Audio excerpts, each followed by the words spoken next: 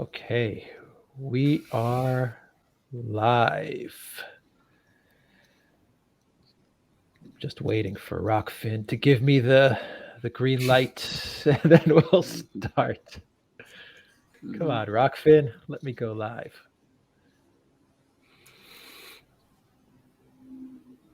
All right, go live on Rockfin. Okay, welcome to another live stream. We have a lot to discuss with a lot of great people on this stream. We have Alexander in London, the Oracle of London. We have the one and only Brian Berletic, and we are very happy and very honored to have Mr. Angelo Giuliano with us. Angelo, welcome to a live stream on the Duran. It is great to have you here. Well, it's a great pleasure. It's I love your show. Why am I into geopolitics? I've been I have a family very politicized, so I grew up in talking politics at home. But now, especially now, because I've been living close to 3 decades in China, and I've been so shocked from what I see from Western media and from the reality on the ground. China is a good place. There's so many good things to talk about China, and most important, what people tend to forget is that China needs to be good for Chinese. We are so different. We have different lenses. It's like anything. Russia, if you want to be objective about Russia, you need to look with Russian eyes. And this is, live and let live.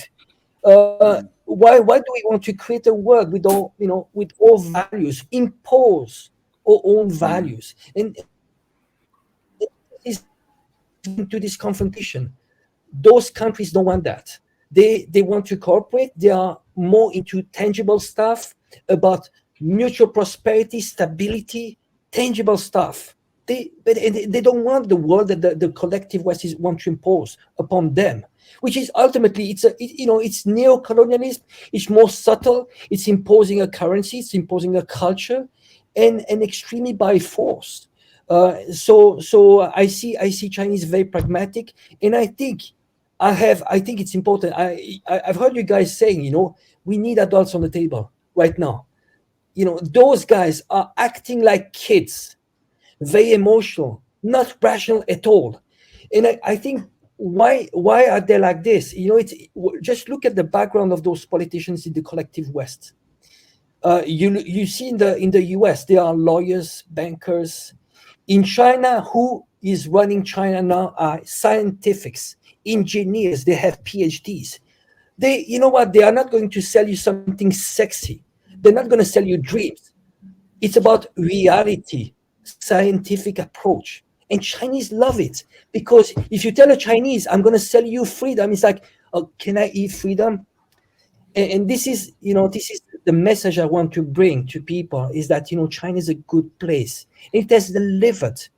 Not saying that China is a good system for us in the West, no, but it has proven 40 years of prosperity. So that's pretty much the message, and why I am into this right now, just talking about geopolitics, because it's pure madness, the directions where the collective West is going to. Yes, it is pure madness. So let's talk about the madness. Before we get started, let me just say a quick hello to everyone that is watching us on Rockfin, Odyssey, Rumble, theduran.locals.com. How is everyone doing in the locals chat? And everyone watching us on YouTube, hello to our amazing moderators. Valies is with us, Zarael, Reckless Abandon.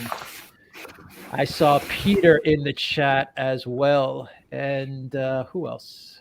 I think that is everyone that is helping out to moderate. I will also be moderating as well. So, Alexander, Brian, Angelo, we started off with China. Do you guys want to continue with China? We got so much news to cover in the next hour and a half. Let's just get right into it. Alexander, Brian, Angelo, the floor is yours. Yeah. Well, can I just say, thank you for what you said, Angelo, because it brings us to the actual point of the whole conflict today. Because thing to understand is that it's all about China. Everything that's going on ultimately is about China. The war in Ukraine is not about Ukraine. The war in Ukraine is about Russia. The conflict with Russia isn't ultimately about Russia. It is about China. There's this idea that you have to somehow isolate China, break away Russia, fragment Russia, so that you can then deal with this great power, China, which has the temerity to challenge not just the United States as, you know, the global leader, but indeed the whole West. The whole West, for the first time since the 16th century, feels that a non-European, non-Western power is rising and is becoming greater than itself. And of course, what's really smooth, not much talked about, the fact that industrial manufacturing capacity in China is now greater than that of the United States and the European Union combined. So this is what it's ultimately about. And this is why we have a war in Ukraine. And we also see all the really ugly things that are going on at the same time. Why TikTok, we now see this whole new terrible act that's now being put together in the United States. It's being sold as being to ban TikTok. Banning TikTok, we're told, is popular in Congress. Why is banning TikTok popular? I mean, what is it about TikTok that makes it so dangerous? I mean, I've never been able to understand that. The only people I know who use TikTok are basically teenagers and students. But anyway, nonetheless, it's apparently a massive threat because it's Chinese. And of course, at the same time as we're banning TikTok, we're going to pose all kinds of further restrictions on free speech, on the ability to use the internet. It's now going to be given kind of legislative cover to do all of that. So you have a kind of extraordinary sense of paranoia. This is how it seems to me it is about China. And I asked a rhetorical question a few weeks ago at a program we did on the Duran, which I said, you know, people talk about the Chinese threat. What is this Chinese threat that we are hearing so much about? Is it suggested that China is going to invade Europe? Well, that's a preposterous idea. Is it suggested that China is intending to attack the United States? That is also an absurd idea. Is it about Taiwan? But we already acknowledge that Taiwan is part of China. Taiwan itself says it is part of China. It actually claims to be the government of China. So, and the situation there until a few years ago was completely stable. Nobody was worrying about Taiwan. If you look at who's been destabilizing the situation with Taiwan, it's been us. It's us in the West. So we're feeding the dragon's teeth. We fed the dragon's teeth to Ukraine. It's produced a terrible war there, which is getting worse every day. I mean, Brian's been covering that war brilliantly, if I may say. And ultimately, all about the rise of a country, the fact that this is a very big country, a very old country, a country with tremendous statecraft, and the fact that it's become prosperous and economically successful is somehow perceived by us in the West as a threat. And the tragedy of all of this is that, of course, the Chinese are now having to take steps to counter these moves that we are making against them. And by doing that, of course, we say that they're becoming aggressive. Anyway, that's my sort of summary of the state of things. I perhaps already spoken too much. Throw it back to you two gentlemen. I mean, I don't know what you make of that. Brian, Angelo. Well, I will go through the points that you just made when you mentioned China's industrial base. Now we can see with this proxy war in Ukraine just how vital and at the center of any conflict an industrial base is. We see the Russian Federation outproducing the collective West in this proxy war, which is something you would have thought that the West would have understood before starting it, but apparently not. And Alexander, you did a brilliant job breaking down that Asia Times article about this confab these top U.S. foreign policy experts had about the situation in Ukraine and how badly it's going, and how they're basically coming to the understanding that they cannot win this war of attrition. And the suggestions that they were making were beyond fantasy, sending something like 1,000 Abrams tanks or creating a foreign legion when they've already done that and it has completely failed. But the one that struck me as the most bizarre and fantastical was the idea that they should start putting pressure on China and begin some sort of additional confrontation with China through sanctions. They already admit that they did sanctions on Russia. They did not work. And now they want to do it on China because they think, well, actually, maybe China will have more success. And these are people who are incapable of learning from their mistakes.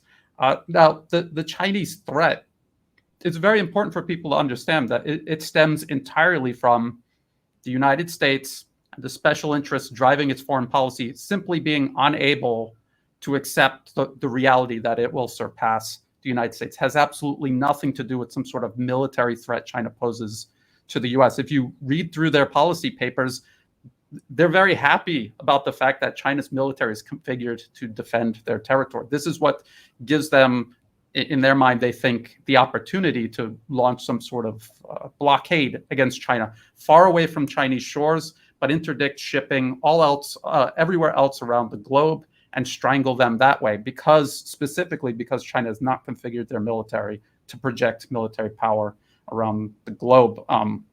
You talked about how Taiwan was not an issue. And it's interesting because Ma Ying-jeou is on the mainland right now, or he was on the mainland doing this historic visit to the rest of China. And he was the previous president of the Republic of China on Taiwan, and he was moving everything toward economic integration, which is something I'll hand it over to Angelo to explain. But at that time, everything was moving toward a very slow, incremental, mutually beneficial reintegration with the rest of China between Taiwan and the mainland. And the US specifically disrupted that with the Sunflower Movement in 2014, and then installing Tsai Ing-wen of the Democratic Progressive Party into power and sponsoring her separatism. So maybe, Angelo, you could talk a little bit more about that, because I think that's crucial for people to understand, and I don't think many people do understand that. Yes, I think it's very important to understand the profile of Tsai Ing-wen. There are cables from WikiLeaks that you can find dating back in 2005, where she had secret meetings with the AIT. AIT is American Institute of Taiwan, which is de facto the US embassy in Taiwan. So she was already back then reporting to them, to the US. And then basically they constructed this image, I mean, basically the same as they did with Macron. They started, constructing this image. Oh, she's the new face of democracy. And of course, she was on Time magazine and so on. And then, so slowly she was, elected then in 2016. But why did she was elected? Because of the Flower Revolution in 2014, which was funded by the US. And basically back then there was a critical time where Taiwan has never been so close to reunification, because there was this free trade agreement between Taiwan and mainland China. And so DPP, the party, pro-independence party, was elected. They elected the president in 2016 because of that. And then they did it again in 2020. Why Tsai Ing-wen was elected in 2020 was because of the riots in Hong Kong, which were funded by the US. And actually there's a very strong support by the DPP of Taiwan. They even sent people to join the protest in Hong Kong. So she went from a support of 35% to 60% because of the riots that were instigated in Hong Kong. Because it's important to understand that the long plan of China is to create a one country, two system. And this is why they did this in Hong Kong, to show Taiwan as a case study, to show Taiwan, when you see Hong Kong, it's working well, one country, two system. But the problem is that Hong Kong had not enacted a national security law. So in 2019, during the riots in Hong Kong, you had actually basically, CIA agents running freely because there's no national security law.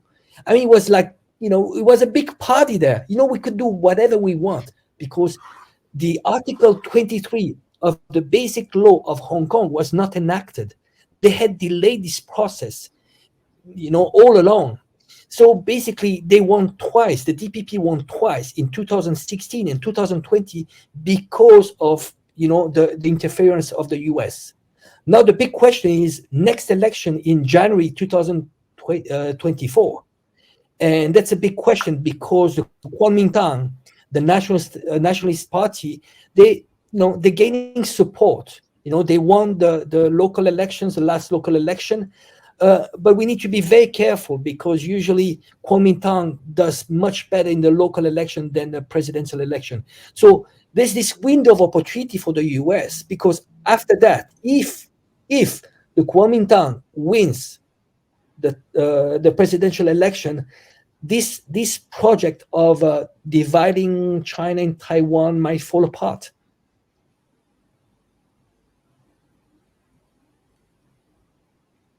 Alexander, your mic is Alexander, I just briefly explain that the Kuomintang is actually the original Chinese Nationalist Party, created as an outcome of the revolution that took place in China in 1911, which overthrew the monarchy. It was set up by Sun Yat-sen, a revered figure in China.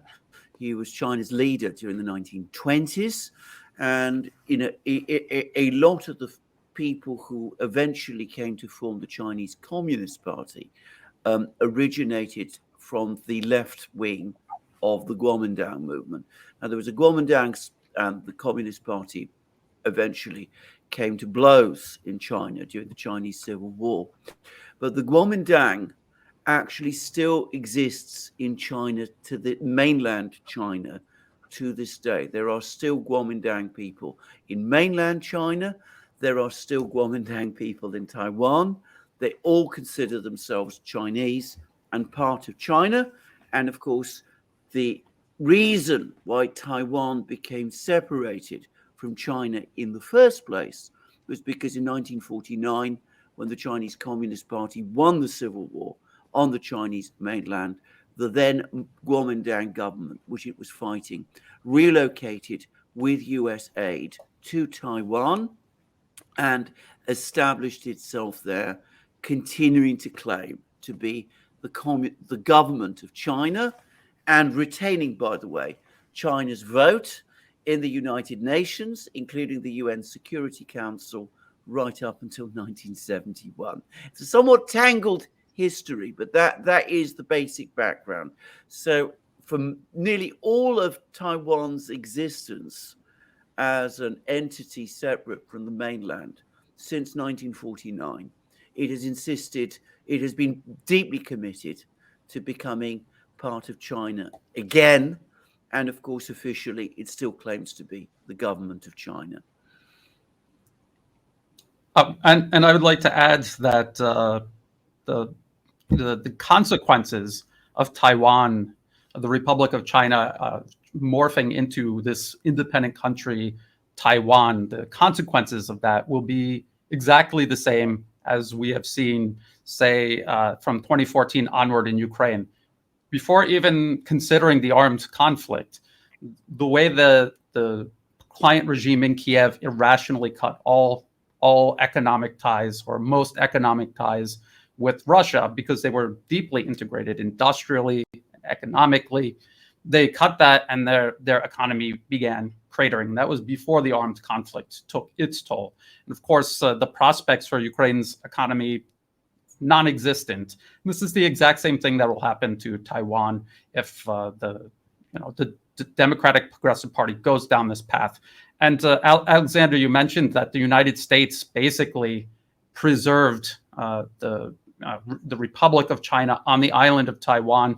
And I just want to point out to people that the concept of Taiwan being somehow autonomous or independent, it is an illusion, and it's an illusion created by constant decades of US military and political support. It would not exist without that support. And if the US cut that support, it would cease to exist probably almost overnight, like the client regime installed into power in Afghanistan when the U.S. left and all of its ties were cut. It ceased to exist, and I think the same thing will happen to Taiwan. And people should look at the economics of the trade of the island of Taiwan with the rest of China and how crucial that is, and how that is something that cannot be replaced with pivoting towards the U.S. and the EU. Look at the U.S. and the EU economically and now financially, and look at what has happened to the U.S. and Europe in regards to their proxy war with Russia, and just imagine how that would play out in terms of Taiwan and the proximity of Taiwan to the rest of China versus its proximity to either Europe or the United States. I mean, it's a no-brainer. And the only reason why people think that this is a viable debate to even have is because the Western media, as they always do, they are pumping information space around the world with essentially this illusion. I wanted to say, I think this is an extremely important point, because an independent Taiwan, were it ever to be established, given the strength of Taiwan's connections with China. Remember, I mean, it's been Chinese for most of its history. It's considered itself part of China for most of its history. Well, all of its history since 1949, but going back beyond that, you go far into the Chinese past when Taiwan was part of the Chinese nation. An independent Taiwan would have to be opposed to that Chinese connection, because if it acknowledged it, that would call into question its independence, the whole purpose of its independence. So the campaign that would have to happen within Taiwan to sort of change people's attitudes, to make them feel that they were no longer Chinese, the intensity of the campaign would have to be, in my opinion, multiples greater than anything that you've seen in Ukraine, given that in Ukraine there was a kind of independent Ukrainian identity, which everyone acknowledges. To try and create a sort of distinct culture in Taiwan would be massively more difficult, and it would require, I think, enormous pressure on the population of Taiwan to achieve it, and it would certainly require a major severance in economic ties, because you couldn't allow mutual influence between China and Taiwan to continue. And of course, that is a guarantee of instability. That would be a guarantee of instability within Taiwan itself, and it would make the entire relationship with China itself, the mainland, all but impossible. So I don't personally think we're ever going to get there, because I don't think the Chinese will ever allow it to happen. But if it were to succeed, it would simply create a much bigger crisis, even than the one we have now, further down the road. Angelo, I mean, can I add something? I'd like to add something related to the identity. People have changed their perception in Taiwan, and there's a plenty of reason. One of the reasons is information space. It's been hijacked by, there's lots of funding from the US. There's a National Endowment for Democracy present in Taiwan. So the information space has been hijacked. There's another point which is very important, is that Chen Shui-bian, who's the predecessor of Tsai Ing-wen from the DPP. He was president, almost 2 decades ago. And they started, there was a new law, and they started changing history books. What does it mean? You change history books. The whole narratives of kids that come out of school in Taiwan right now, when they read history books, they learn that Taiwanese history started only in 1949. And so now you have this generation, you see the demographic of the DPP, they're all young kids, and they believe in this new narrative of not having a shared history with China. You see, this is a very similar playbook to Ukrainians. Ukrainians, the first thing you do, change history books. Now Ukrainians, they have a different perception. I mean, if you read history books in Ukraine, I mean, it's so extreme. They might even say that Jesus was from Ukraine. It's just ridiculous. But the kids believe that. You change history books. That's how you construct a new national identity. So now, if you look at the polls, there's a very important poll that says a lot of them want. There's a very important proportion that want independence, but there's this but, keep the status quo, because they're rational. They know that if you declare independence, which by the way is almost impossible, you need a referendum.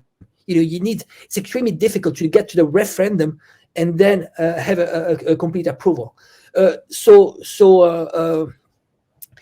basically, but they want, there's 80% of people that want the status quo. That is important. So now I think it's about looking at what are the red lines. There's a few red lines. Declare independence, I would say, have U.S. Army troops in Taiwan, and maybe have nuclear weapons in Taiwan. There's a few red lines, but I think again, time is on the side of China. Every single year that passes by means the probability of harming China and the conflict is lower and lower. And I think China wants to. I think there's maybe an opportunity for China is just waiting that the collective West collapses. We see what is happening in Europe right now. I think there's an advanced indicator. Just think about if France falls. If France falls, more will follow. And then this whole project of EU collapses, and then the collective West is gone. Because people are starting to understand that this EU project was just a way to control Europeans, and there was a US agenda all along. Actually, there was a CIA project on the first place. I mean, all the informations are out there. Jean Monnet, Alstein, they were all paid on the payroll by the CIA. So I think things are happening, and maybe the collective West might collapse first, and this will, this confrontation might not happen in the South China Sea. Yeah, you've made a lot of points, and I think we'll open it up for discussion. But there's one point I really must make, which is don't place too much faith on opinion polls. I can remember in 2008 when NATO offered Ukraine membership of NATO.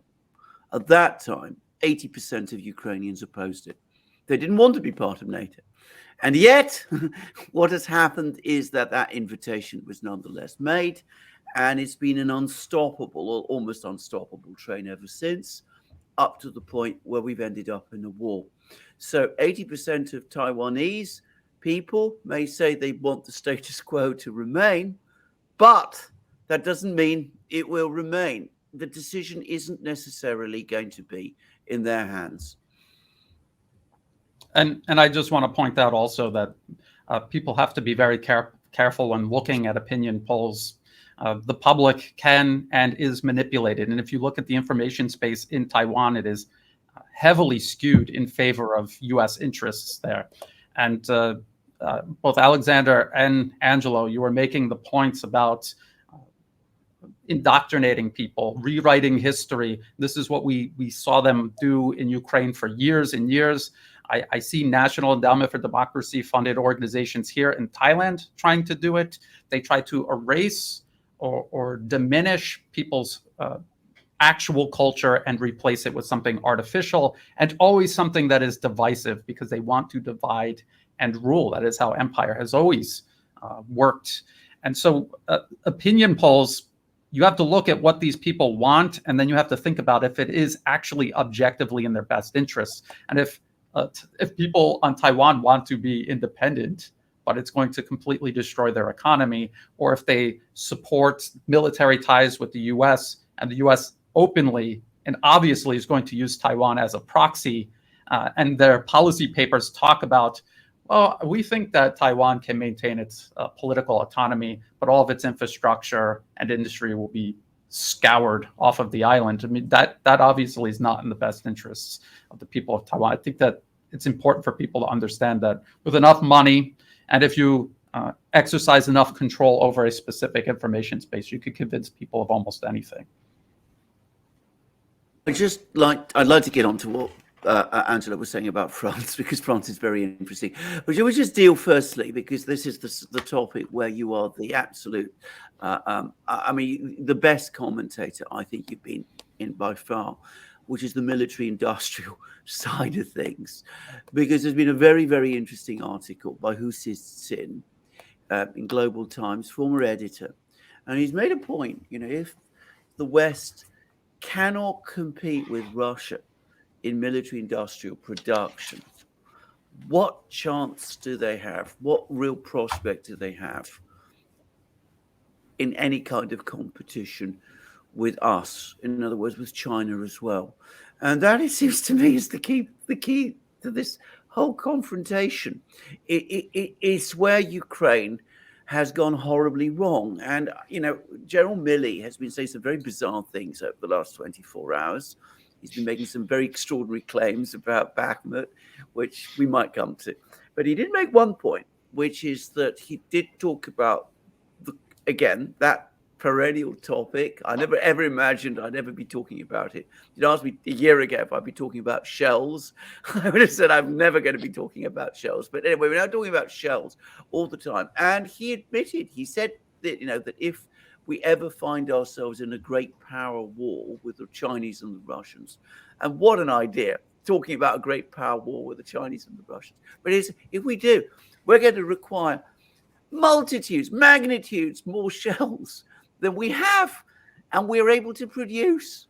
And of course, the Russians are cranking out shells, but that doesn't come close to what the Chinese would be capable of doing.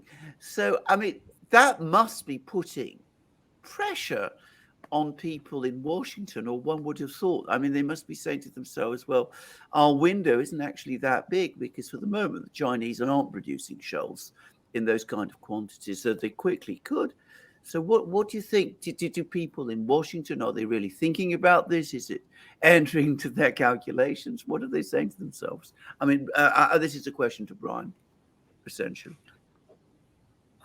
You would have thought that they would have analyzed this before starting this proxy war with Russia and Ukraine. I would have almost have been certain that they would have understood this, and they would have prepared for it. Russia was clearly preparing for this since at least 2014. And I've seen people talk about how since the 2008 Georgia attack on Russian forces, that conflict, Russia was looking at their military and realized what the problem was and what they needed to do to prepare for it.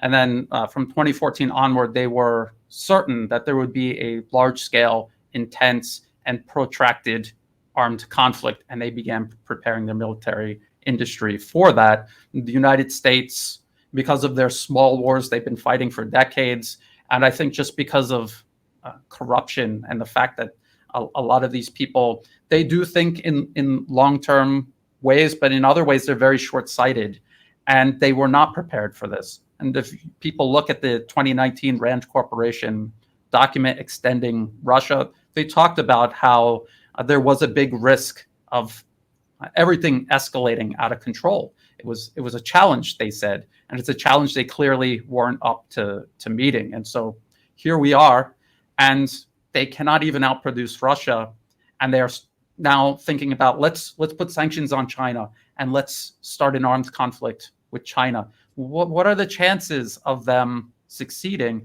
And when you really think about it, back at the home front, who thinks China is not going to be able to mobilize more effectively than the United States? I would like to know the answer to that question.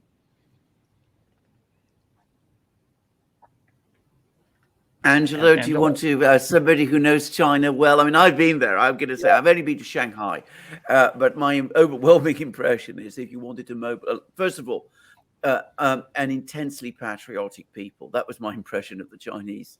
And I don't mean that in a bad way, by the way. I'm somebody who's generally in favor of people being patriotic, but they're very intensely patriotic people. If they feel that China is being pressed on, I think that there would be little difficulty mobilizing. And you have to go to China, to Shanghai, to Nanjing, to the areas around to understand both the sheer scale and the organizational capacity, which is tremendous. But that was a superficial impression. What do you think about this, Angelo? Well, it's interesting, Alexander, that you mentioned, people they get sensitive when they talk about patriotism. It seems like it has become almost like criminal for one person to love his own country. It's and what whenever you elect a president, isn't he supposed to have first as a priority his own citizens, because that's why he's elected for. So being patriotic, I personally think it's a good thing. And Chinese, yes, they are patriotic. They're very well aware of their history, and they want to erase those 100 years of humiliation. But slowly, they're very pragmatic. It's very interesting how people also in China, leaders in China, they think in terms of the next generation, while in the West, they are focusing on the next election cycle. They're actually working not on delivering for what they were supposed to be elected for, but they're thinking, once they're elected, how am I going to raise the funds for the next election? And for us, living in the collective West, it's a vicious circle of elect and regret. Every time you hope, there was Obama, he sold us some dreams. He told us what we wanted to hear. After, there's no accountability at all, So it's interesting how the perception of time for Chinese. I'm going to give you an example. Zhou Enlai, he met with a French politician in 1972. And this French politician asked him, what do you think about the French Revolution? You know what he answered? He said, it's too early to tell. That tells you how Chinese think. They think so much long term. You see this project of the BRICS, the BRICS, and the Belt and Road Initiative, and the purpose here is to bypass the Malacca Strait. There's recycle US dollar trade surplus. There's many. It's you with one stone you hit many birds. It's genius, and it's unique. In world history, there's never happened a project of such a scale. But you see, Chinese, when they talk about this project, they say this is not ambition for China. This is ambition for the world. And it's about expanding trade, and bringing stability to the world. You see those project BRICS, SCO. It's about security, how we can avoid conflict. And there's the Chinese, they have lots of idioms, and they're very interesting. You see how Chinese, they see, like every conflict, they say, look for what unites us and set aside the differences. And that's the main approach. Whenever there's a conflict, there's and when you look at the 12 points, there's so much wisdom. Just go point by point. They're looking for the essential. And you know what? We have differences. Every single person, even friends, have differences. But you put them aside, and we're going to work on that. And that's what they did with Taiwan all along. They say, you know what? We have this problem. Why don't we start working on trade? Because they know trade, business is power. Once you build up this connection, you build up roads, and we trade with each other, you are going to be most prosperous. Me too. It's a win-win, and we build out from that foundation. And I'd just like to add again, Alexander, your coverage of the Asia Times article about that meeting, and they're thinking that, well, if we start sanctioning China and they begin suffering, well, they're not going to like the idea of suffering on behalf of Russia. But in reality, I don't think there's any confusion at all in China at any level of society that it's it's a matter of self-preservation. It really, Russia's fate is tied directly to China's fate, and they fully understand that. They're not going to be looking at it in those terms. And we don't know who these high-level U.S. foreign policy experts were, but the fact that they are considered high-level and they think in these terms so departed from reality, it's very concerning, but it also helps explain a lot about what's going on. In the Asia Times article said that some of them go back to, are people of cabinet who've held cabinet rank in the United States. So, very senior people indeed. And, the other thing about that was that it was all about great power positions. It was supposed to be principally about the conflict in Ukraine. But as the person who wrote that article, I'm going to call him Spangler, that's what he calls himself, was commenting, they weren't really talking very much about Ukraine, actually. They weren't really worrying about Ukraine. And can I just go back to the point that Alex was making at the start of the program, that this is an existential conflict, but it's now becoming existential for the West, because this conflict in Ukraine started. The assumption was it would be over very quickly. Russia would collapse like a house of cards. The sanctions would be too strong.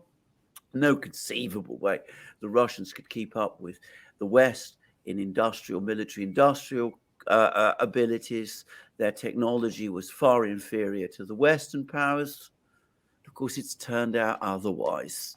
So already a major problem for the West in Ukraine. In fact, going back to Alex's original points, far from the Russians being bogged down in Ukraine, it's the West that's now bogged down in Ukraine. We're struggling to keep up with what the Russians are doing. We can't find a simple solution to this problem. But that was our plan. That was our original plan. Isolate China, perhaps ultimately blockade it, block the Strait of Malacca. I was reading these already commentaries, I remember, in parts of the sort of neocon-oriented US media back in Obama's time about eventually imposing a naval blockade on China. But they've stumbled at the first part of their plan. China and Russia are drawing closer. Russia's getting militarily stronger. Its economy is being reoriented towards China. It's going to provide China with all of these raw materials. But they can't let go. They have to go on. They have to press on. They have to push Ukraine into more offensives, because this is the entirety of their plan now. And I'd just like to say that the whole premise that the West is operating from is unrealistic. The idea that the US and Europe is going to maintain hegemony over the entire planet, that China is not going to surpass the United States, that is their starting point, and that is incredibly flawed. And everything that they try to build on top of that is going to be likewise unrealistic and unachievable. The idea that a country has 4 or 5 times more people, 3 times the industrial base, millions of more engineers graduating every single year than the U.S., the idea that somehow the U.S. is going to prevent China from surpassing the U.S., it just makes no sense. And so everything after that makes no sense, including their proxy war against Russia, which, as you pointed out, Alexander, is part of this encirclement and containment of China, isolating it and containing it. And meanwhile, we have enormous stresses within our societies, within our Western societies, because if this is existential, if this is becoming an existential conflict, it's because we've made it so. We didn't have to go down this road of confrontation, but we are apparently now in this stage of confrontation. It is becoming existential, and look what it's doing to us. We have this terrible law in the United States purportedly about TikTok. It's not really about TikTok, but it's all about China apparently. But it's going to make enormous restrictions on ourselves.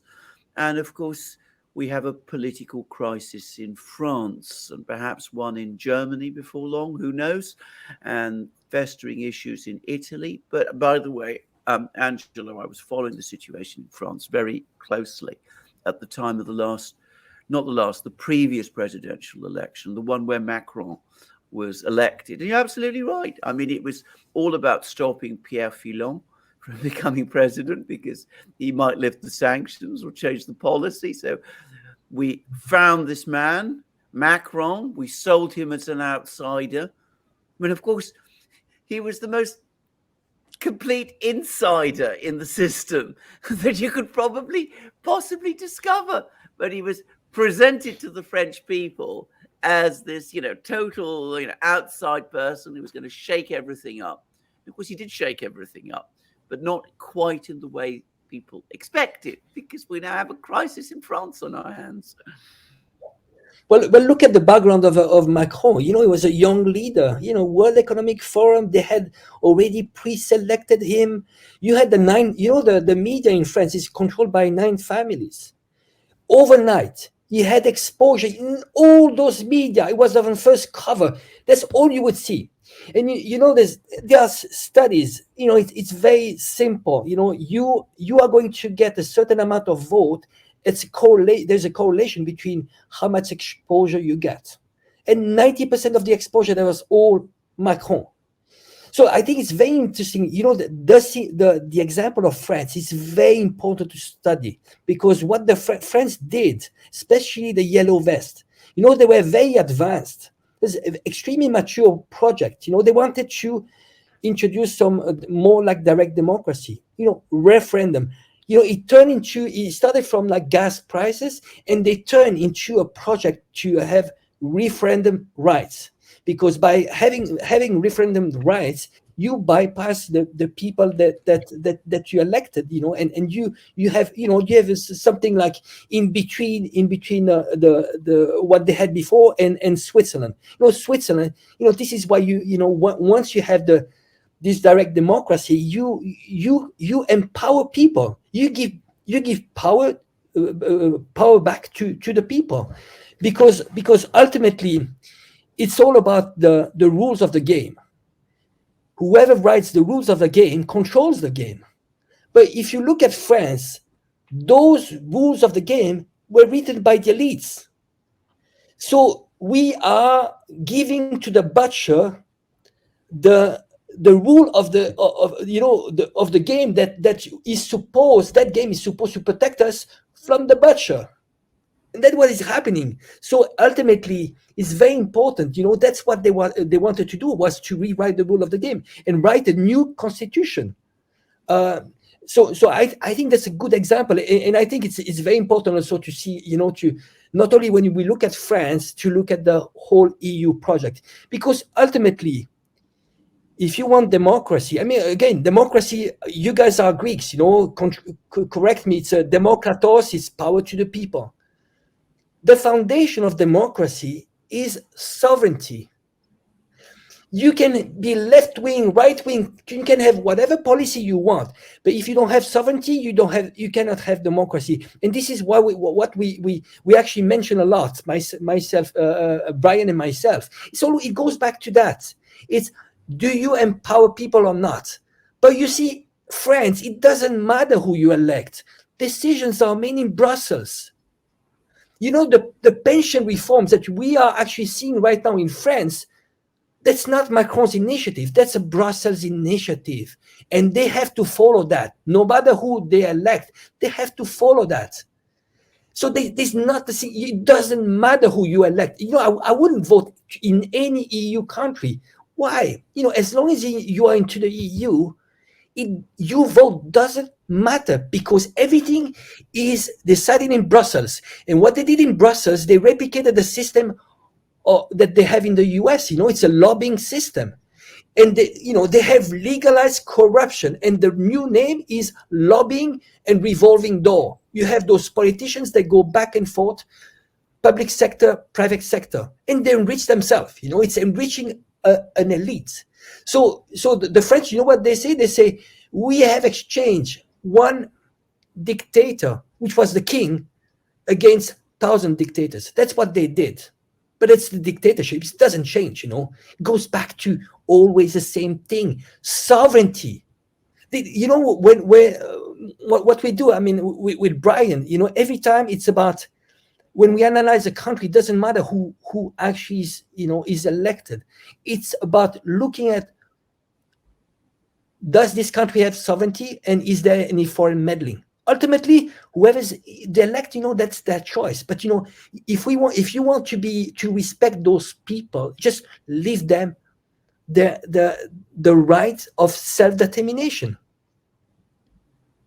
And we talk a lot about the National Endowment for Democracy meddling in places like Southeast Asia or Eastern Europe, but Europe is also captured as a region. The European Union is captured, and the supposed leadership there, they're making decisions that reflect Washington and Wall Street's best interests, also maybe London's best interests, not the people of Europe's best interests. And that's also another metric. Are these decisions actually, because again, you could convince people in Europe that yes, we should throw everything into the proxy war in Ukraine against Russia. You can convince them of that, but is that actually in their best interest? And we can see that it isn't. It's interesting you were talking about democracy in France. Shortly after the president, or rather his government, imposes a pension reform by decree, which is opposed by 70+% of the population, which the parliament refuses to vote for. And of course, we see the president, after he does that, hiding behind the riot police, even as the whole country rises up against him. But very, very difficult to change this, I would have thought. I mean, in spite of the fact, as I said, that Macron is massively unpopular, how do you get him out? I don't think it's at all straightforward, because overthrowing the king in was it 1789 or 1794, depends what state you want to pick. Well, you could do it because he was the person who was the central figure in the system.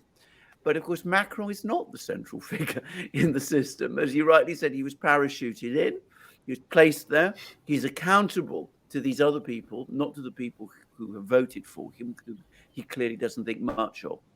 But how do you, as what you said, I mean, you have not one king now, you've got thousands of them, and they're dispersed in many places, and you can't go after them all. And of course, unless you do go after them all, which, as I said, is impossible, then, I mean, they still control the levers, and, they'll close the banks, they'll do all kinds of things.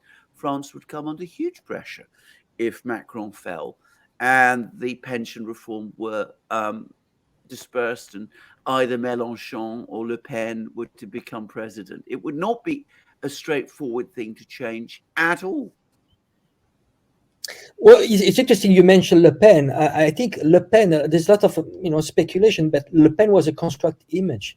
It was a very useful opposition. So basically, you prop her up, and right before the elections, you build this image, like she's the new Hitler. I mean, she's fascist and so on. Just it was a good way just to legitimate, like Macron. So you have a useful opposition, and Le Pen is just a useful opposition. She's part of the system, the same as Meloni. Meloni, she told us what we wanted to hear before being elected. Once she got elected, she was the first to criticize Ukraine war. We shouldn't get into this. Once she's elected, that's 180 degrees. You see, I didn't make the mistake of 360 degrees. 360.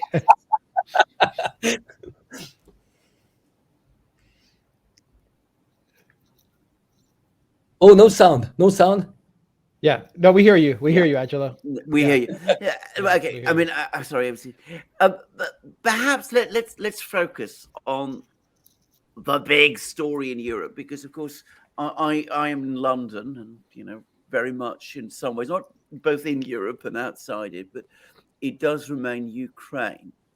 And I think we do need to look at where we're going, because, of course, the EU now has invested an enormous amount of its political capital in this Ukraine project. I mean, it cannot be overstated how much of their political capital is invested in it. I mean, if Ukraine falls, if Ukraine loses, if Russia conclusively wins, or worse still, if there's a Chinese mediation which brings about an outcome which the EU doesn't want. That's even in some ways even more disastrous.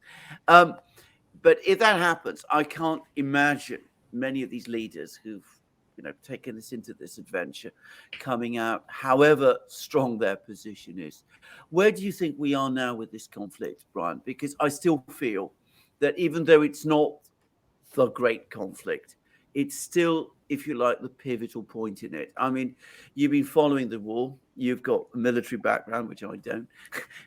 Where are we? I mean, are we going to see this offensive? I mean, I take it I assume we are going to see a Ukrainian offensive. What happens? What happens then when we see this offensive? What do we do? I mean, if it succeeds and if it fails, what happens when Ukraine burns up through all its remaining tanks and infantry fighting vehicles and runs out of artillery shells? Where is this all going? I mean, exactly. Whether they are successful or not, they're going to burn through all of their equipment and whatever remains of their trained manpower. Now, the title of this video is Existential Conflict, and we were talking about how can we change things. I think what it's going to come down to is this entire, if you want to change things in France, you have to change what the EU is and its subordination to Washington, and all of this collapsing and some other system displacing it, replacing it, displacing it. I think ultimately that's where the change is going to come. And it is true that this proxy war with Russia and Ukraine is at the epicenter. And it's going to affect everything, including U.S. plans, military plans versus China and everything that they're doing in the Pacific and along China's periphery. We can see them preparing for this offensive. We can see how all of the things that we have all been discussing for a year now, how now even they are starting to realize it and come to grips. That whole Asia Times piece is perfect. And Angelo shared a CSIS article from, I think it was January, but they were admitting that they're out of everything. They're out of everything and it'll take years to replace it. And the solutions that they have for all of this is substituting, say, 155 millimeter artillery pieces and ammunition with 105 millimeter systems, which is just simply inadequate. They admit that even in 2025, when the US fully expands its artillery shell production, it's still going to be about a third of what Ukraine requires. Alexander, I saw you cover about the French doubling. Wow, they're going to double the amount of artillery shells that they send to Ukraine from 1,000 to 2,000, which covers one morning of one day in an entire month. I mean, this is where they are right now. They're going to assemble this huge force for this offensive. We don't know if it's going to be one single offensive in the direction toward Crimea or into the Donbas, or they're going to split it up like they did in the fall between Kharkov and Kherson. But I think it's important to study how those offensives in the fall went in reality versus all of the myths connected to it. And I think we can see clearly where the offensive is going to go, wherever and whenever it takes place. In Kherson especially, I think the fighting is going to be very similar there, where Ukraine lacks the long-range firepower to match Russia. They cannot afford to do this incremental and very careful inching across the battlefield. They cannot do that. So what they do is they take all of their armored vehicles, from tanks to Humvees, and they rush toward Russian positions in a dispersed manner, hoping that Russian firepower cannot be concentrated quickly enough to destroy all of these units before they come into range and inflict casualties on Russian positions. And they hope that they can inflict enough damage to compel Russian commanders to withdraw. That is what they were doing in Kherson. Alexander, I know you remember that Washington Post article where they were talking about how lopsided the fighting was in Russia's favor. And they talk about Ukraine. Oh, well, Brian, your take aged like milk. They got Kherson City. But in reality, that was a decision that Russia made. And if they wanted to, and they continued investing into the defense of Kherson City, I think they could have held it. It wouldn't have made any sense, but I think that they could have done it. So that is the basis they are working from. They think that was some sort of success that they can replicate in up to and including taking Crimea. I heard retired Army General Ben Hodges talking about how Ukraine is going to be in Crimea. I mean, back in Crimea by the fall. It's just fantastical thinking. Now, the offensive itself, I don't think anyone should underestimate what will happen. Russia does give up territory if they feel they will suffer heavy casualties, or they'll be cut off from the main grouping, or they'll be encircled and captured. So they could take territory. They could even take substantial territory. But as you were suggesting, once they're done with this offensive, they are going to have nothing left, and NATO has nothing left to give them. There is no another army's worth of equipment that they can give Ukraine. And that Asia Times article made a point that I'm starting to hear many in the West make. All of these troops that NATO trained in Ukraine from 2014 up to the start of the special military operation, they are gone. And now they're sending men into battle with 2 or 3 weeks of training, which is entirely inadequate. And just in case people don't know, a U.S. Marine, entry-level U.S. Marine, does 3 months of basic training, and I believe it's another 2 months of infantry training if they're going into infantry. That's almost half a year versus a week. 1 month of training that these Ukrainian soldiers are getting if they're lucky, and then being sent to the front. I should say we've been here before.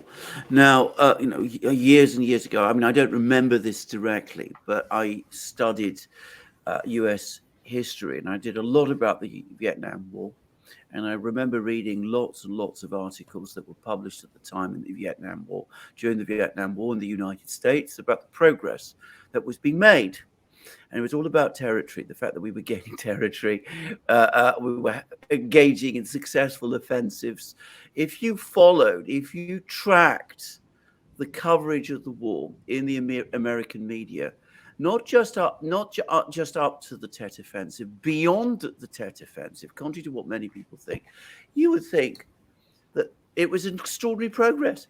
They were winning all the time. They were gaining territory. They were capturing towns and capturing villages and clearing areas of the Vietnamese.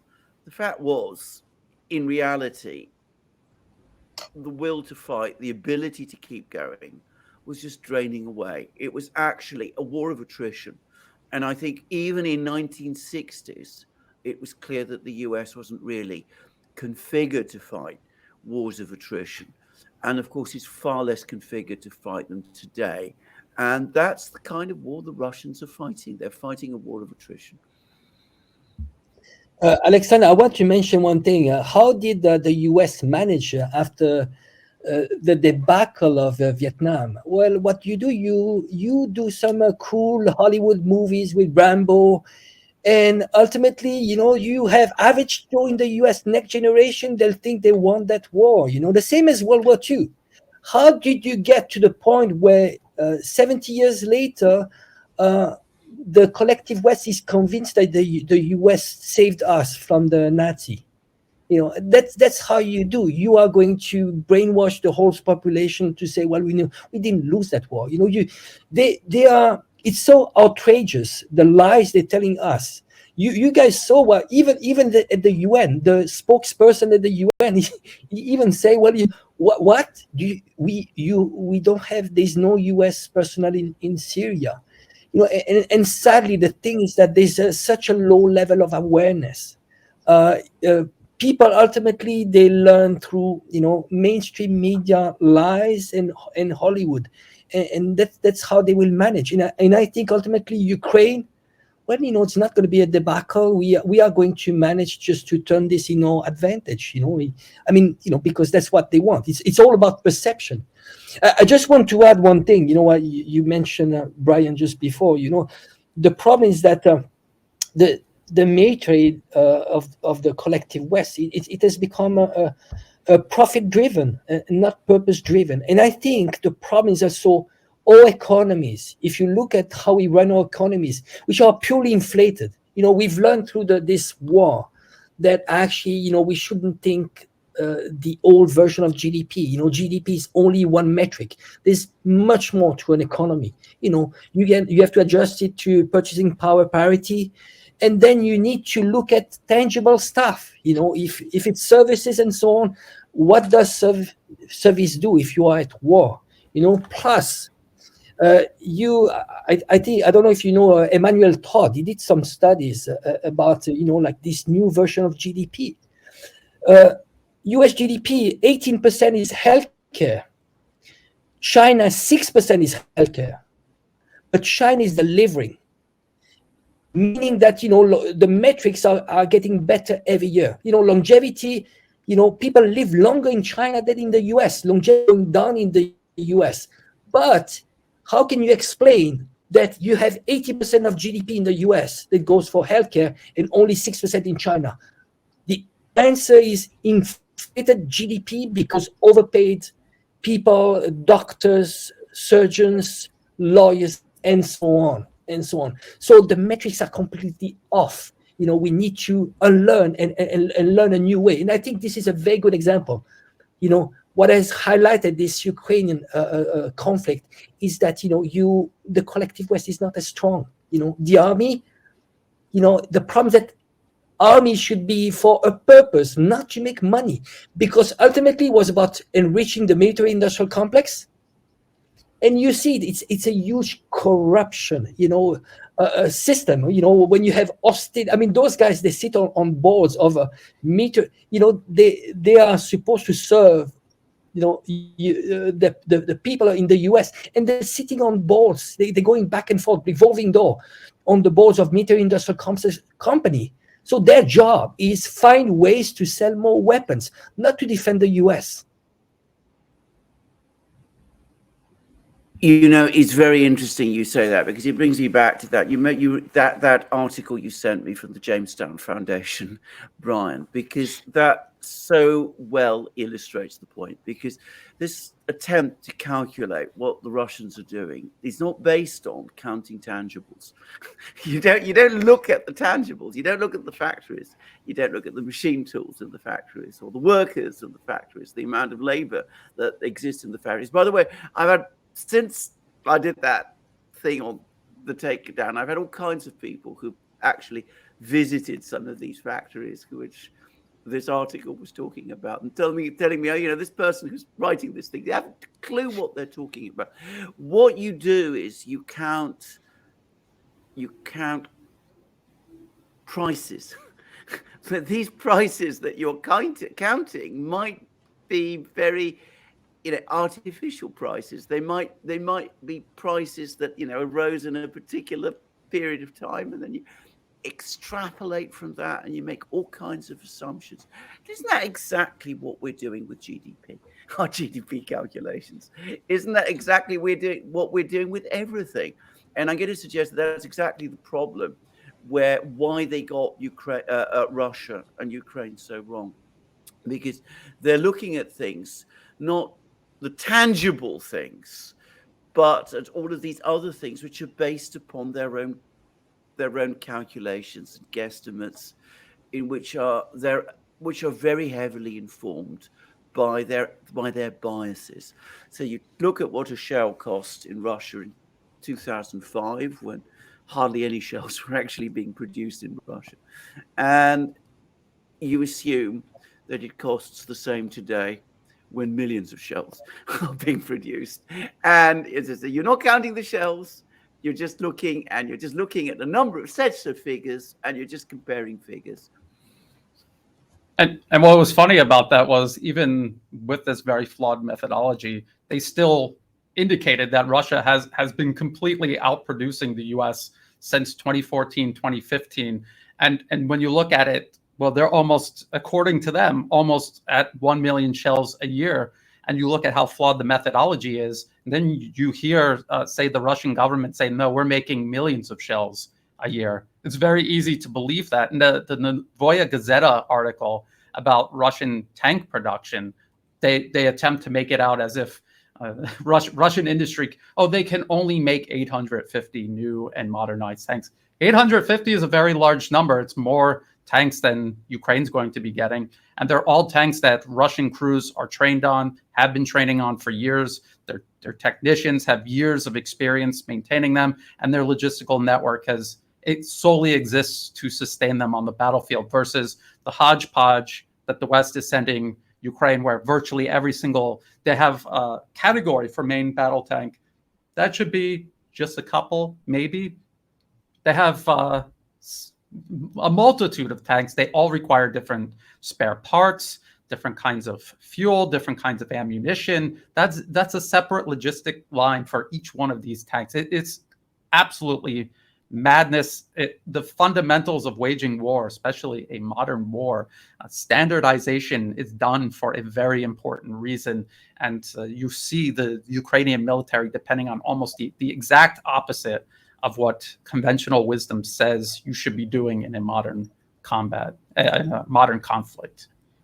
I hadn't appreciated until I started watching you, Brian, that we have all these different types of tanks going on in NATO. That, you know, I mean, I'd assume, for example, that the Leopard 2, because it is a smoothbore gun, it's the same as the one that the Abrams uses. But apparently it's not. It's not exactly the same. I mean, you can probably fire the same shells, but they are slightly different. And then, of course, the British have a rifled gun, which is completely different from everybody else's. I mean, a year ago, I said a tank gun's a tank gun. I had no idea of all of these differences.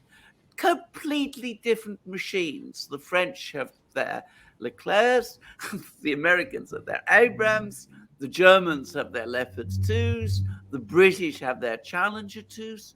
I mean, how has it happened? I mean, how have we got such a tremendous hodgepodge of production of practically everything, you know, different types of infantry, fighting vehicles? I mean, these armies, I can't believe that they were ever really configured for genuine war. That's what I can say about that. I mean, maybe the US Army to some extent was, but these European armies, I mean, it hardly makes sense any longer to talk in that kind of a way. It goes back to what Angelo was saying. These weapons were produced principally for profit. You have industrial groups in Britain, in France. They need to produce tanks, Germany even more so. So, of course, we, instead of having, you know, a single standard of tanks, we all go for different types of tanks, and heavens knows, you know, logistics, which is something I have some experience of. And you're absolutely right. You need uniformity in logistics. Well, all that goes out of the window. NATO's a business. NATO's a business, guys. It's just one big company, and it employs a bunch of people, and you know, they gotta keep that business expanding and making money and get the government many to buy different stuff. product lines, different brands, new markets. Got to go to get Finland and Sweden and Ukraine and Georgia, Moldova. It's a business. Yeah, it's interesting how, you know, how they do marketing, how they've been using actually marketing in politics. You know, they've applied to everything. Actually, they want to turn, you know, us just into consumer. The same as we consume goods, we are going to consume politicians. But I think I'd like to mention one thing. I don't know what you thought about this, but I have the impression that what we're living now is it's a bit similar to Yalta, you know, when at some point the war was not over, but they were already preparing the world of tomorrow. I have the impression for, you know, with all those moves, we see so many moves. You have Saudi Arabia joining SCO, we have BRICS, you have lots of interest, money, which is the central point, US dollar. You know, we see like de-dollarization happening and so on. And I have the impression that, you know, outside of the collective West, they are already preparing for the world of tomorrow. And in reality, Ukraine, what is happening in Ukraine is a very small part. The big picture is happening outside. And sadly, the collective West, when you read, you watch the media, mainstream media, they don't see it happening. But the new world has started. This new multipolar world has started. But nobody's talking about this in the collective West. I would actually disagree about that. They're starting to talk about it, and they're becoming very nervous about it. You won't find it everywhere. You won't find it. I mean, The Guardian doesn't talk about it, for example. I mean, they're on a completely different planet from everybody else about these things. But you are starting to see increasing numbers of commentaries talking about this. And I mean, the rise of China has spooked them. Of that, no question at all. because coming back to what you were saying before about controlling people's perceptions, you lose a war, but you pretend you won a war. You can do that if you're able to control the entire information space. And in order to control the entire information space, you need the power that goes with that. If there are other powers that are greater than you, that starts to become very, very difficult. And so that's made them much more nervous than I've ever seen them to be before. Also makes them, I have to say, more dangerous. We are starting to see in the Financial Times, Wall Street Journal to some extent, parts of the American media a little bit more.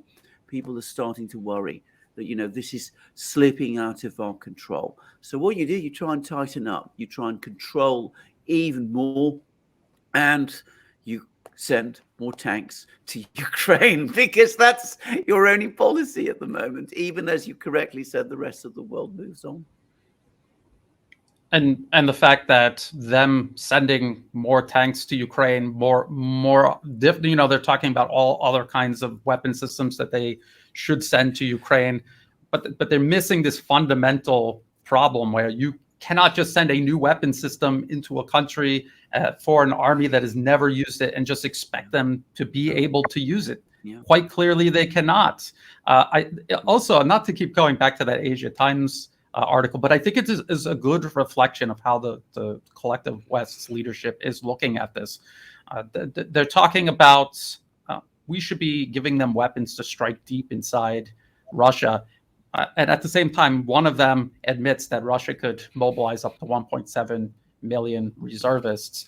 Do they not understand that by attacking deep into Russia and causing real damage and stirring up the entirety of the Russian population is going to, it'll be a gift to Moscow, enabling them to mobilize even huger numbers of men when otherwise it would be very politically difficult for them to do so. So they continue to paint themselves into this corner further and further.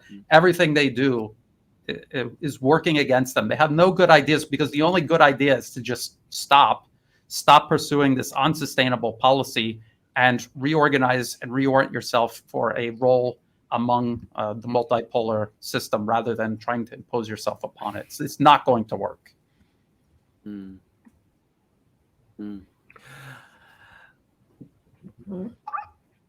I just wanted, because we've just had a comment which I'd like to respond to, which is from somebody called Bulakov, which is not to be a negative Nelly, but shouldn't we acknowledge that long term, the collective West will be able to outproduce Russia, both in military production and a population base to recruit from? In theory, yes, they could do that. In practice, very, very difficult to do.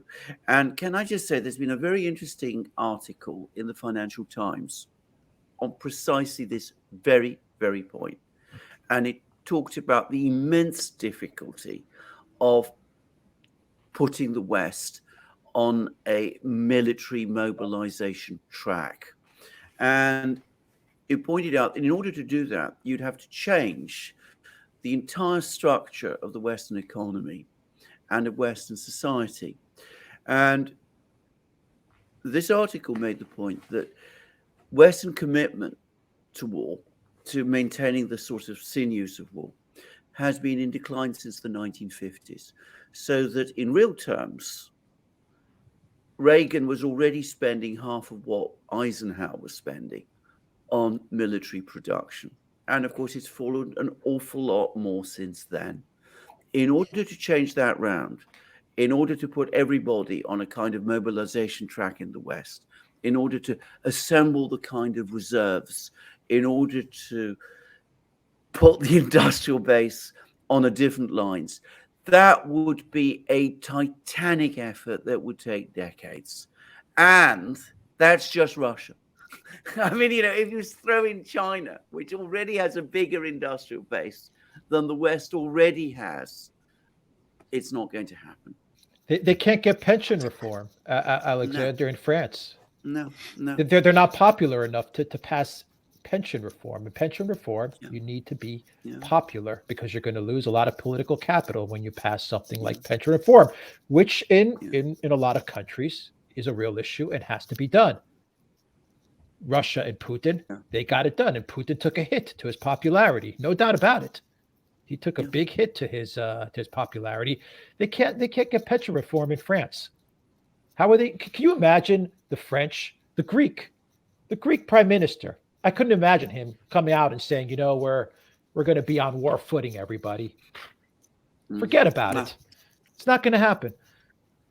Well, if they want to mobilize European economies, the collective West economies, don't they have to, at some point, to declare war? I mean, I don't see, at some point, if you do not declare war, you won't have the popular support to sustain, to increase, to turn into a war economy.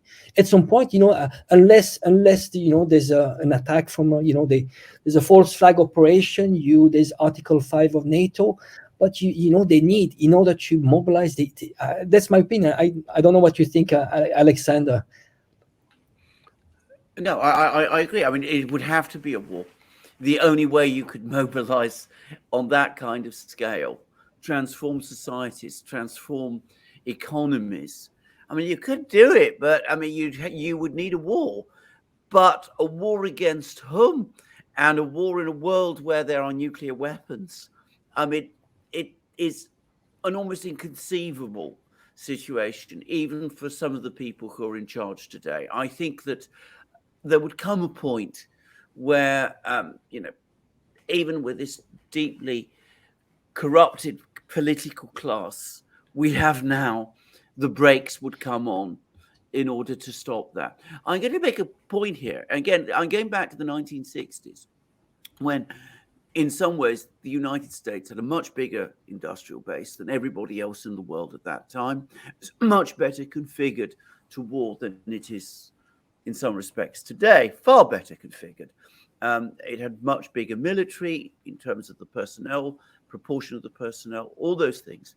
But even then, in the 1960s, the United States very quickly found, in the late 1960s, that it could not sustain the level of military production and the level of popular mobilization that it needed in order to prevail in Vietnam.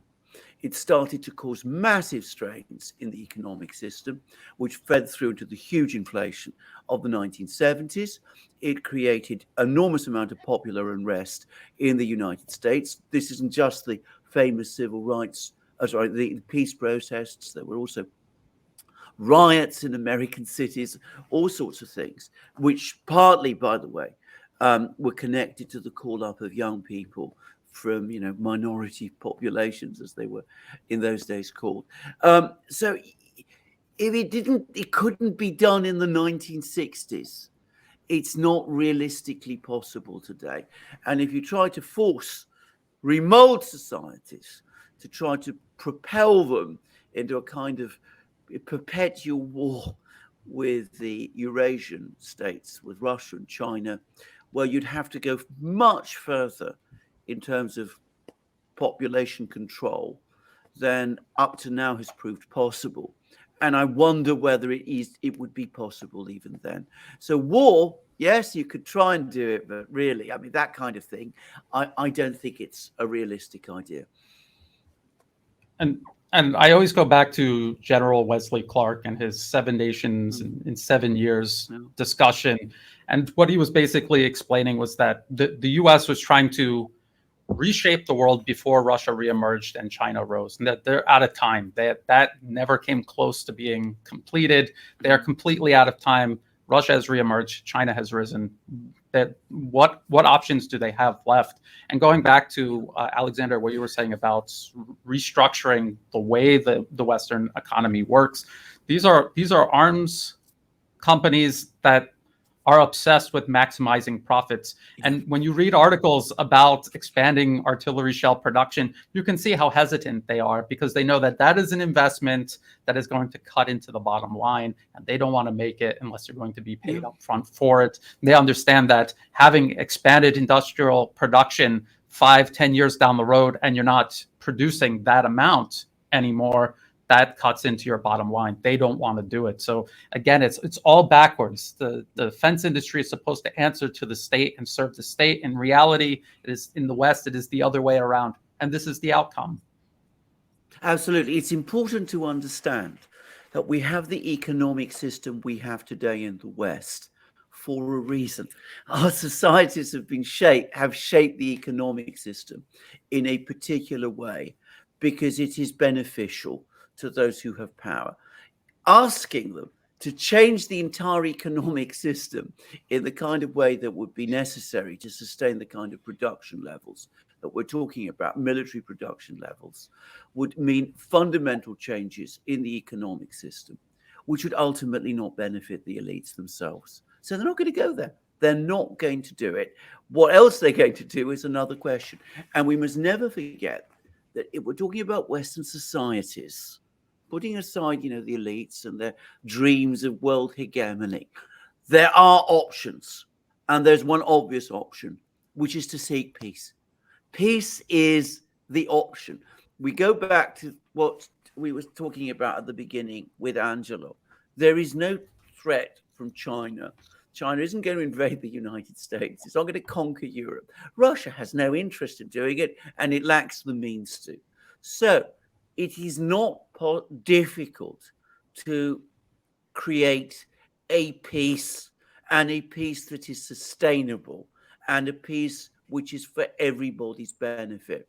The reason we are in this period of extreme tension isn't because some people want to perpetuate a period of artificial Western hegemony that's past its sell-by date. And by doing that, they're introducing enormous tensions into the international system. Absolutely. I absolutely agree with that. That is spot on. I think also culturally, you mentioned all society, Western societies. I can see Ukrainians fighting in trenches, Russians fighting in trenches. I could see like easily Chinese just fighting, giving everything. They love their country. I have big doubts of Europeans shifting from PlayStation to trenches warfare. I mean, it's because it's not tangible. It's not tangible. What is the experience? What is the experience they have with war, disconnection? In Russia there's another history. There's 27 million people that died during World War II. It's very deep. It runs very deep. I don't see. I don't see Westerners just fighting for. I mean, especially if they understand that this is not for their existential for the West. It's just about giving up your hegemony. Assume, there's going to be an humiliation, and it's going to be, it's going to be very tough just to realize, we are not exceptional what we've been brainwashed to. There's another world out. But if they give up their hegemony, Angelo, I completely agree with you. But if giving up their hegemony is not about the U.S. people giving up their hegemony, and Alexander brings up this point all the time. The U.S. people, if the citizens of the U.S., if the dollar is not the reserve currency, the people of the U.S. eventually will be better off because the government is going to have to focus on domestic issues. It's going to have to live within its means, and it's going to probably, most likely, focus on the lives of the American people. Who loses the hegemony?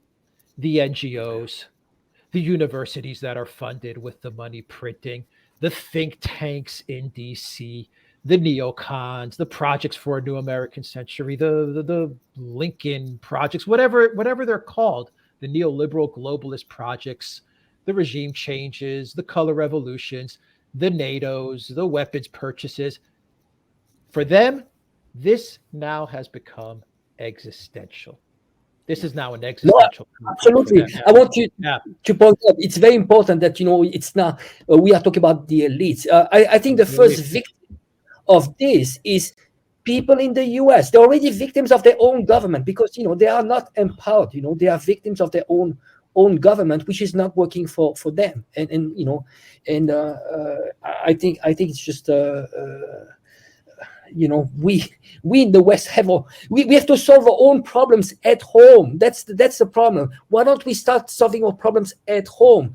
This is why every single country should work first at home. Once you deal with that, then you can try to work with others. But when you're like France, you see the chaos. Why would you want to go fight a war in Ukraine when you have nothing? You just have nothing, and you have lots of problems at home. Why are you mad? Are you mad? Haven't you learned about history? I mean, just wake up. And that's the problem. I want to point out. So I think you might share similarities with me. I'm not Russian. I'm not Chinese. I'm not necessarily pro-Russian, pro-Chinese. I like lots of things, but first of all, I love my country. I feel bad for the path it is taking. It's out of love. A lot of people, they will call us Russian shields and so on. No, it's not true. I love so much my country, but when I look at the direction it's taking, it's suicidal. It is suicidal. At least we have a task to tell our own citizens, our own people, let them know what, just don't go into this direction. We are not actually being attacked. We are the one attacking. Look at our history. We have 40 years after World War II. How many invasions we did, illegal invasions. Ukraine, what is happening in Ukraine, that's peanuts compared to what we did. Yeah. And we were talking about Westerners going into Ukraine and fighting. We kind of got a little preview of that with the so-called International Legion, all the dysfunction and the fact that they ended up fighting each other more than they ever were fighting the Russians. In some cases, they weren't even fighting the Russians. They were just stealing money and stabbing each other in the back. And it's kind of a reflection of what has been done to Western society, because as Angelo said, one of the first victims of you could call it U.S. imperialism, the corporations, how they prey on the planet. They're also preying on the United States, the public in the U.S. as well. And all of this, they do the divide and conquer. Overseas, they use the NED. They do the exact same thing within the U.S.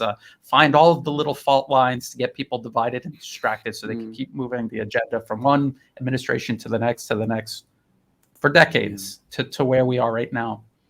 Yeah, Angelo, you were spot on when you mentioned about how societies are educated or indoctrinated to hate or to go to war, to do all these things.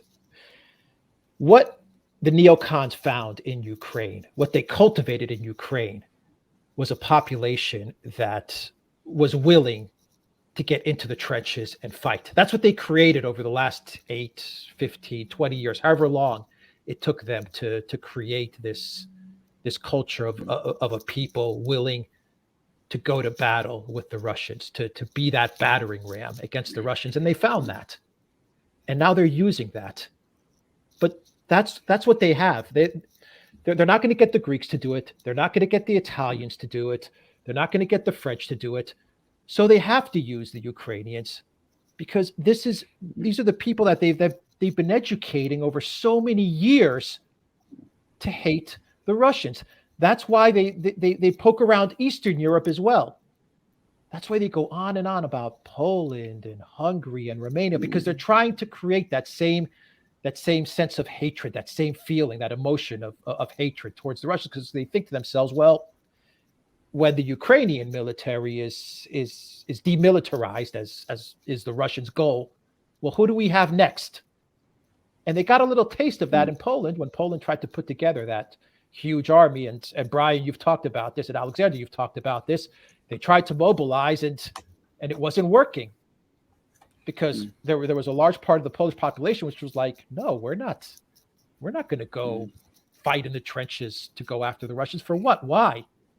And now you have a Zelensky whose popularity has gone way down. I mean, maybe a year ago you could have gotten people to go to fight in Ukraine, to fight for Zelensky, but now people don't really like him at all. I mean, people despise him. But my feeling on all of this is that if NATO, if the US could have fought the Russians in Ukraine, they would have already have been there. But they Yeah. know they can't fight there. They can't win. People don't want them to go there. So now they're poking around. They're trying to find other societies, other cultures, other countries. Mm. Who can we get to go in there and fight? And they've got nothing. That's my sense of it. I could be completely wrong though, but I don't know what you guys think. I think they don't have any other options left other than what they have right now or what they're training in the UK or Yeah. wherever else, Czech Republic, whatever. I agree, and I'm going to say something else. I mean, going back to that Asia Times article, you saw it. I mean, this is one of the reasons why they're so angry, because I mean, they sense that this is their last throw. I mean, it was what Brian was saying a couple of programs ago on his channel, that this offensive is their last ditch effort. I mean, beyond that, they're out of cards to play. And I think that is absolutely correct. One thing I have to say about this, which is the other thing, which I would mind if Brian commented about this. One of the things that's been profoundly shocking to me over the course of this year is that American generals, and I really mean, American military officers, the chairman of the Joint Chiefs of Staff, the defense secretary, who is, after all, a former general, can just go forward and straightforwardly lie about something as important as war. I mean, I never believed, I would never have believed that was possible. But I cannot believe any longer that, I mean, listening to Milley's his last comments, I can't believe any longer that he really believes most of what he's saying. And I think fundamentally, I think he knows, just as Alex said, that the game is almost up. They cannot physically, militarily, or economically win, but psychologically they're incapable of losing. And just look at the proxy war in Ukraine against Russia, and then look at the U.S. proxy war against the Syrian government and how that went. And I think there's a lot of similarities. I also think that the state of the U.S. military occupation in eastern Syria, the very precarious situation that they are in right now, that is a reflection of how weak the U.S. is militarily around the globe. They have to save certain capabilities for this war they're preparing for with China that they can't afford to commit to any kind of intervention in Ukraine or Syria. And now they have to pick between maintaining their occupation in Syria or the entire Middle East. That is right now, that's basically their keystone, holding everything up there. Give that up, or give up their proxy war in Ukraine against Russia. And it may actually be possible that they can't do either. So I think it's important for people to understand that. And General Milley, he can't tell the truth. I mean, he's not telling the truth because he can't tell the truth. What is he going to say to the public? We're out of weapons. We're done in the Middle East. We probably just sank the EU, and it really doesn't look good for fighting China either. I mean, he could say that, it's true, but politically, he couldn't get away with doing that. Yeah. Well, that's overstretching. Yeah, so 800 bases around the world for a country that is 4% of the world's population. And you see, I think if you really look at spending, even though the US outspend the next 10 countries in military spending, if you are just in purchasing power parity, and if you look at all the corruption and the overstretching, when you have 800 bases around the world, that costs a huge amount of money. Ultimately, I wouldn't be surprised that the levels of Chinese spending, defense spending, and the US is probably the same, just because there's not waste and corruption. So it's just, I think we're living in an anomaly. What we've lived in the last 100 years was just, in history, an anomaly where you had, by accident, if you really look at what happened, World War II, everything was destroyed. They sold weapons to both sides. They supported the Nazis at the beginning, and then they shifted to a Lend-Lease agreement with the USSR, and they came in when everything was over. And I have the impression sometimes that they wish they could replicate that. If you really look at how did they set this up, there's a Lend-Lease agreement started in World War II. They did I think with the UK, and then with the USSR. They are doing that now with the Ukraine, and they have a land lease agreement with Taiwan as well. Isn't it a hope? Maybe there's a hope we can replicate what we did. We are going to destroy Southeast Asia, fight China to the last Taiwanese, if not enough to the last Japanese and Koreans. They'll fight all war. Europe to the last Ukrainians, last Polish, and the last Europeans. In the meantime, we are going to supply, we are going to finance, and we'll come out when everything will come in when everything is destroyed. This may be a hope, it's a replica of what they did in World War II, where they emerged with 50% of the world's economy. They had 75% of gold reserve. Is there maybe a hope of maybe we pull that off on World War II? Maybe we can do it, and I have sometimes also, I don't know what you think about this, but what we're having with Russia, isn't it an unfinished war of World War II? I mean, it's a bit of, it's quite a stretch, but I have the impression that, ultimately, if they could, they would have actually even taken care of Russia, because Russia was weakened. There's so many deaths and so on, and so I have the impression that it's an unfinished war. And ultimately, let's get rid of Russia, and then we have the last piece, and that's China. Yeah. Agreed. Do you guys want to wrap it up? We've been going for an hour and 40 minutes. Before we wrap it up, I do have two questions that I would one to Brian and one to Angelo real quick, and then we'll wrap it up. Brian, I'm not sure who asked these questions, but they stuck with me through the live stream. The first one to Brian is, how come Russia doesn't create another front in Ukraine from the Sumy area, from the north, moving down towards Kiev? I think right now at this point, they want to concentrate their manpower and their equipment. They want to concentrate it in such a way that they're pulling in Ukrainian forces and destroying them as efficiently as possible. I think that's what we see in Bakhmut and now Avdiivka. When you extend the line of contact, you're stretching everything out, and you're actually putting yourself at a greater disadvantage. That was part of the reasoning behind getting Russian forces out from the west bank of the Dnieper River in Kherson City to concentrate everything along. Make the line of contact as short as possible, which makes it easier to concentrate. All the people have to realize it's artillery, it's tanks, it's counter battery radar. All of these systems are necessary along the entire line of contact. The longer it is, the more you need, the less effective and the less intense it is anywhere along the line of contact. So if they did that, then they would be dissipating the amount of force they could bring to bear someplace like Bakhmut. All right. Thank you for that, Brian. And Angelo, someone wants to know, what do you think about the efforts from, did we lose Angelo?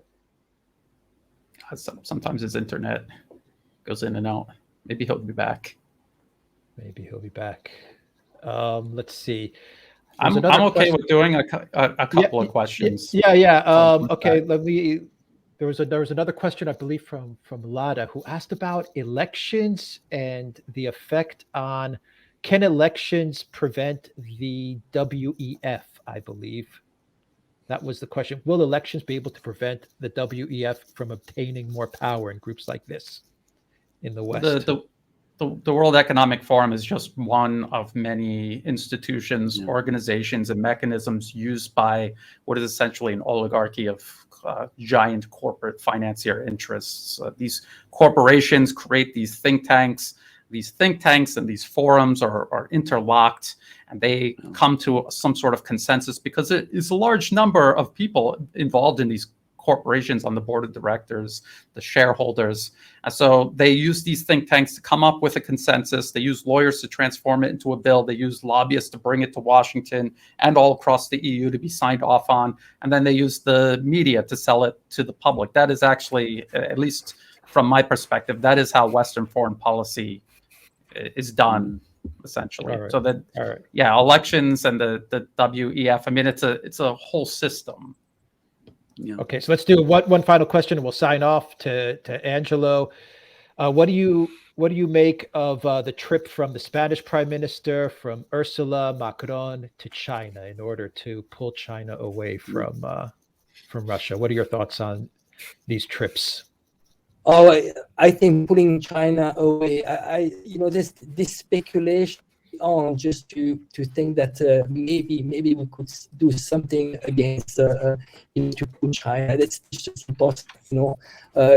China future is linked to what is happening with Russia. They are linked. They are linked. It's existential for both of them.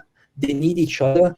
I think there's probably other purposes for the visit, but I doubt this is for shifting allegiance.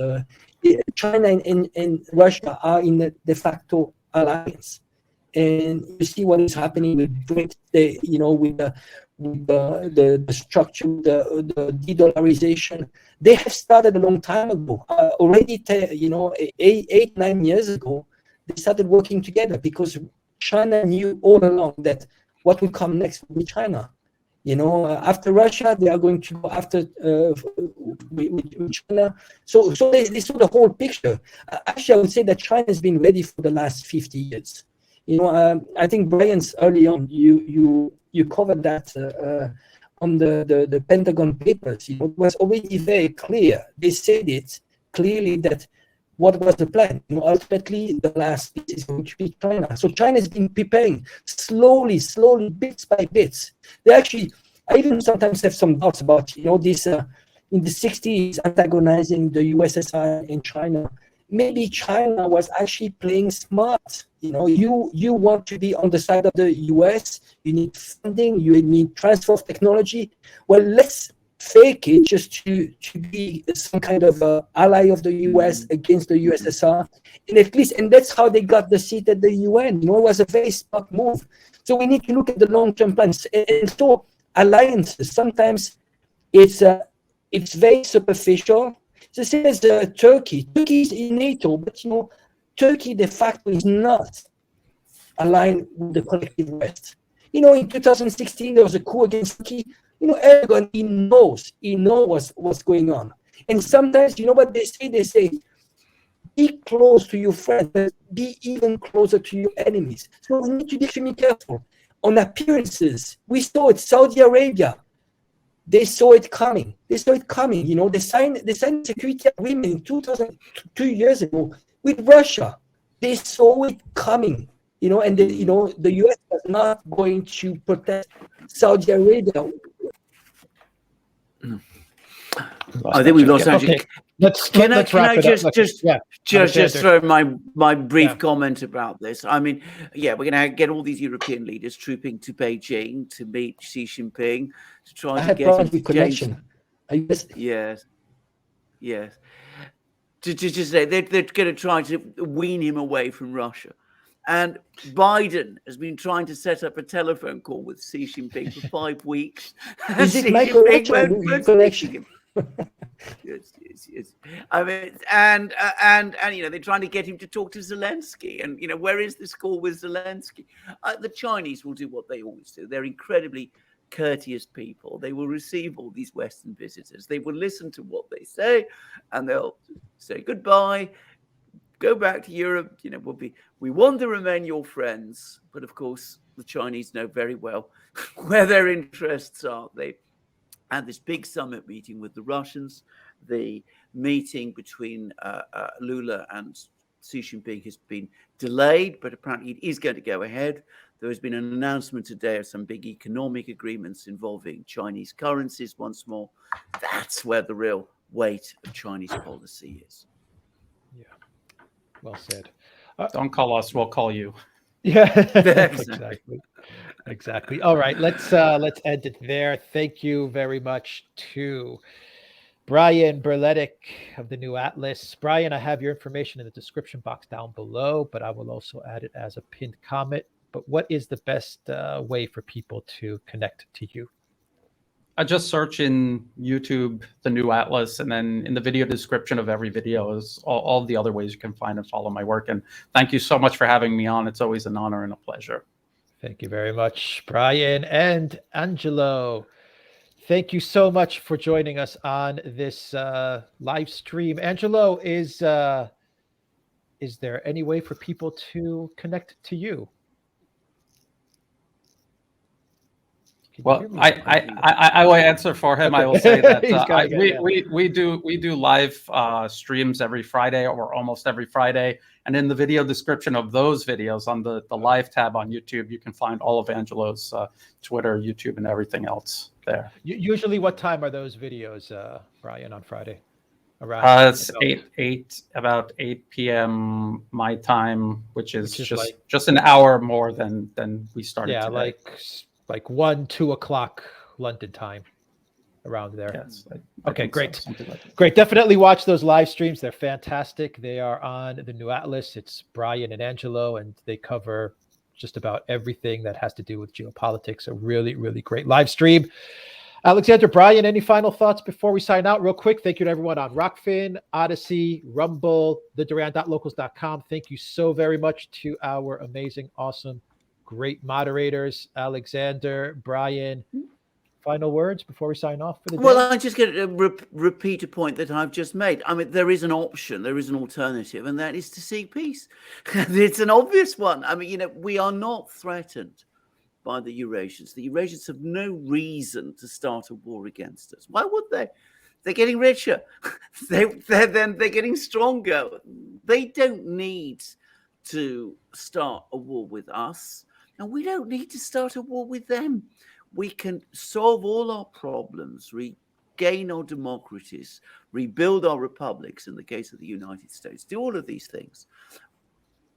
We mustn't let a few people, the people that Alex was talking about, those elites that Alex was describing, influence us to such a degree that we choose a path of confrontation that's only going to end in disaster for us and indeed cause enormous further problems for the whole world, and with enormous risks being taken on board as well. It's only existential if we make it so. I agree with Alexander, and I will just add that the leadership class of the West, they have been running essentially a pyramid scheme since the end of World War II.